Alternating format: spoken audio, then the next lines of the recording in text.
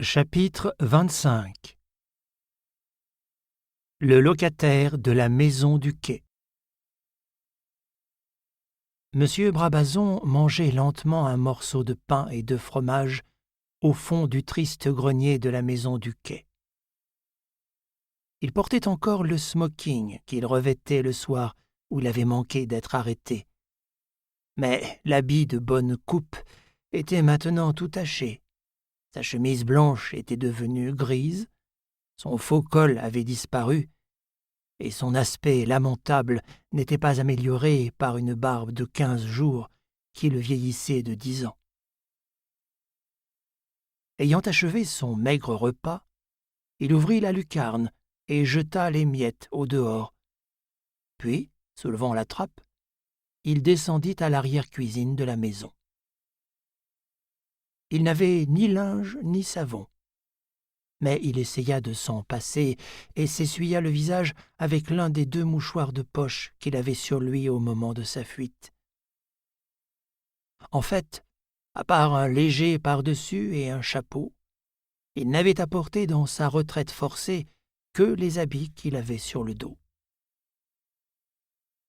Les provisions qu'un inconnu lui avait apportées un soir étaient maintenant presque épuisées, et il se sentait à bout de résistance nerveuse. Une dizaine de jours dans la solitude d'un grenier, l'appréhension constante d'une visite, la certitude d'une condamnation en cas de surprise, avaient suffi à abattre le courage d'un homme. Il s'était dissimulé derrière la porte d'une mansarde située immédiatement au-dessous du grenier lors de la visite de Yell, et le souvenir du danger couru en cette circonstance le hantait sans cesse.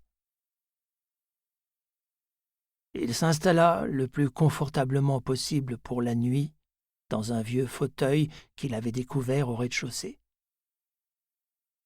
L'inconnu qui lui avait donné l'éveil 1 heure avant l'arrivée de la police à son domicile et qui lui avait déjà apporté des provisions ne tarderait sans doute pas à revenir.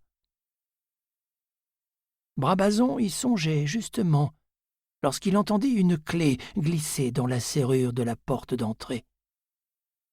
Il se leva et, à pas feutrés, regagna l'échelle du grenier. Il soulevait la trappe lorsqu'il entendit une voix dire « Redescendez !» Il obéit. Il était habitué à l'obscurité et se dirigea vers le couloir encore plus sombre que le reste de la maison et où il avait eu sa précédente entrevue avec son étrange visiteur. « Restez où vous êtes !» lui dit la voix au moment où il arrivait au premier étage. « Je vous apporte des provisions et des vêtements.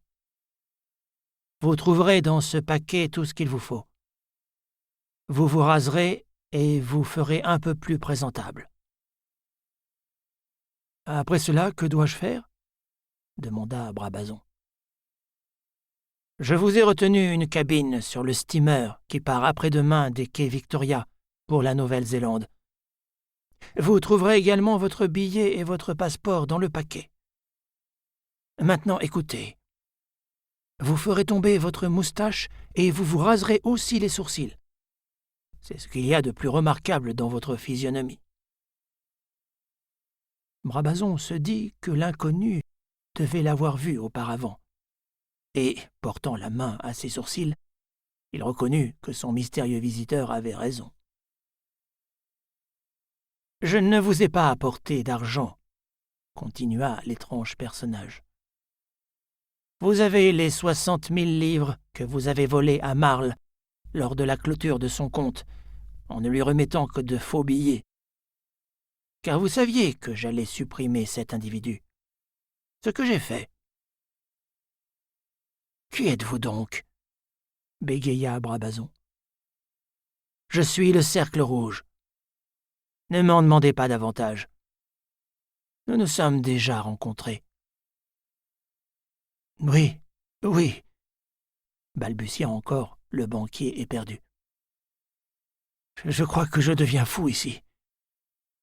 Quand dois-je quitter la maison ? Vous pourrez sortir demain. Attendez la tombée de la nuit.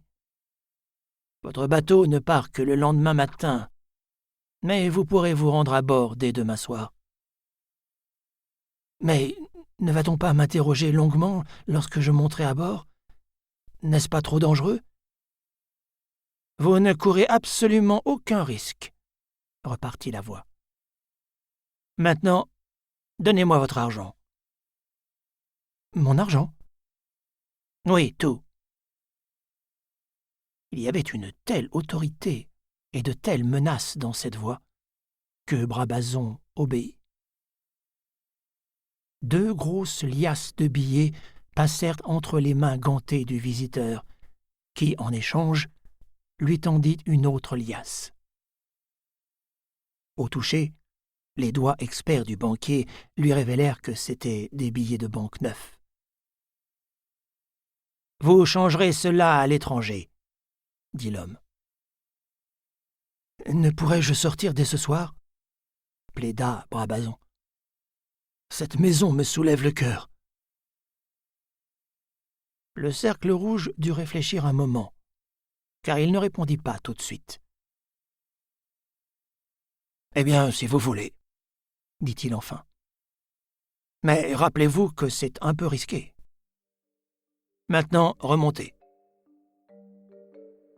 L'ordre était si péremptoire que Brabazon ne songea pas à le discuter. Il entendit la porte se refermer, et de derrière sa lucarne, il vit une ombre se glisser dans le jardin, puis dans la rue.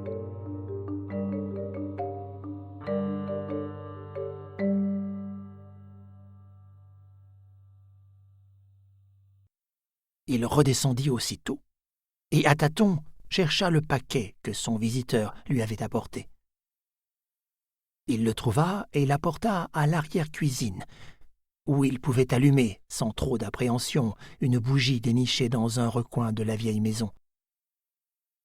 D'abord, il compta l'argent reçu en échange du sien. C'étaient des billets neufs, mais de toute série et sans suite de numéros, tandis que les siens se suivaient. Il était fort correct lorsqu'il sortit avec précaution de son refuge. Sans moustache ni sourcils, il eût pu passer sans encombre devant plusieurs agents qui avaient son signalement dans leur poche. Il prit une chambre dans un petit hôtel voisin de la gare d'Euston et se coucha immédiatement. C'était sa première nuit calme depuis sa fuite. Il passa la journée entière du lendemain dans sa chambre. Mais, à la nuit, il se risqua au dehors, après un petit dîner solitaire. Il reprit confiance en voyant qu'il passait vraiment inaperçu, et commença à espérer qu'il affronterait victorieusement l'interrogatoire de la police maritime. Il choisit cependant les rues les moins fréquentées, et, se trouvant aux abords du muséum, il aperçut une affiche tout imprimée en rouge qu'il eut la curiosité de lire. Ce faisant, il lui vint une idée. 10 000 livres et l'amnistie complète. D'autre part, aucune certitude de pouvoir fuir en sécurité sur ce bateau. Et même alors, que deviendrait-il en Nouvelle-Zélande ? Il y mènerait à coup sûr une vie de chien, surtout lorsqu'il n'aurait plus d'argent. 10 000 livres et la liberté. Personne ne saurait jamais ce qui était advenu du dépôt de Marle. Il pourrait le déposer dès le lendemain dans le coffre d'une banque, puis il irait droit à la préfecture de police, où il apporterait sans doute assez d'informations pour permettre la capture du cercle rouge. « Je ferai cela », dit-il à haute voix. « Et vous aurez bien raison », dit quelqu'un à ses côtés. Il leva les yeux. un gros homme d'aspect débonnaire s'était approché de lui sans bruit. Il le reconnut aussitôt. « Monsieur Parr » s'écria-t-il. « Lui-même » répondit le chef de la sûreté. « Maintenant, monsieur Brabazon, voulez-vous faire gentiment quelques pas avec moi ? Je vous avertis d'ailleurs qu'il serait inutile de faire de la résistance. »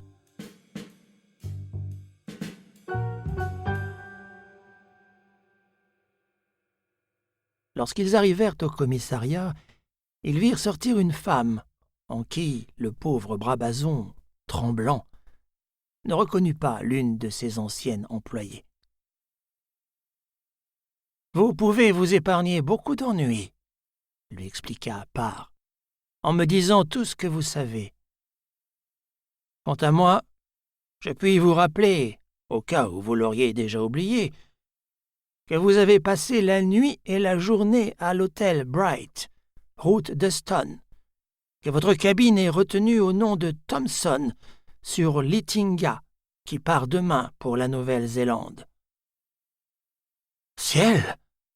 s'écria M. Brabazon. « Comment avez-vous appris tout cela ?» L'inspecteur Parr ne le renseigna point. D'ailleurs, le banquier n'avait pas l'intention de tromper la police. Il dit tout ce qu'il savait, particulièrement tout ce qui s'était passé entre le moment où un mystérieux coup de téléphone lui avait appris l'imminence de son arrestation jusqu'au moment où le policier lui avait mis la main sur l'épaule. « Vous êtes donc resté dans cette vieille maison tout le temps ?» dit Parr d'un air songeur. « Mais comment avez-vous fait pour ne pas être vu de M. Yale lorsque nous avons fait notre perquisition ?»« Ah, c'était Yale !» fit Brabazon. « Je croyais que c'était vous qui étiez monté au grenier. Eh bien, au fond du corridor, il y a une sorte de réduit. J'étais là, et je me suis borné à me mettre derrière la porte qui s'ouvrait à l'intérieur. Il n'a fait qu'ouvrir et jeter un coup d'œil. Ainsi, Yale avait raison. Vous étiez dans cette maison. Maintenant, Brabazon, qu'avez-vous à déclarer d'autre ? Je veux dire tout ce que je sais sur le cercle rouge. Et je crois que cela permettra de l'arrêter, mais il y faudra du doigté. Le banquier reprenait un peu de son ancien aplomb à ce qu'observa Parr. Il poursuivit ainsi. « Je vous ai dit qu'il avait pris mes billets de banque et m'en avait donné d'autres en échange. Or, ces derniers ne se suivent nullement, tandis que les miens étaient tous de série E19, et je pourrais en indiquer tous les numéros. Ce devait être l'argent de Froyant, dit Parr. Continuez. Il n'osait pas changer des billets qu'on avait dû frapper d'opposition. Mais les miens, il les changera. Et comme je vous en donne les numéros, vous voyez quel atout cela vous apporte. L'inspecteur demeurait un peu sceptique à ce sujet. Néanmoins, il téléphona à M. Froyant ce qu'il venait d'apprendre. « Vous avez retrouvé l'argent ?» s'écria M. Froyant. « Apportez-le-moi le plus tôt possible. »« Je le ferai avec le plus grand plaisir, » répondit Parr. « Mais je dois vous informer que si j'ai retrouvé une somme d'argent égale à celle qui vous a été volée, ce n'est pas votre argent, ce ne sont pas vos billets. »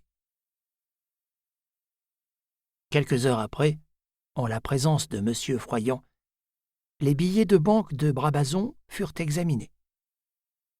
Le millionnaire ne cacha pas son désappointement. Il avait cru rentrer en possession immédiate de son argent, et il lui fallait déchanter. Il en prit enfin son parti. Mais, Sur le point de quitter l'inspecteur, il lui demanda, tout à coup, « Avez-vous les numéros des billets que Brabazon a donnés à son mystérieux visiteur ?»« Les voici, » répondit Parr. Et M. Froyant les nota soigneusement.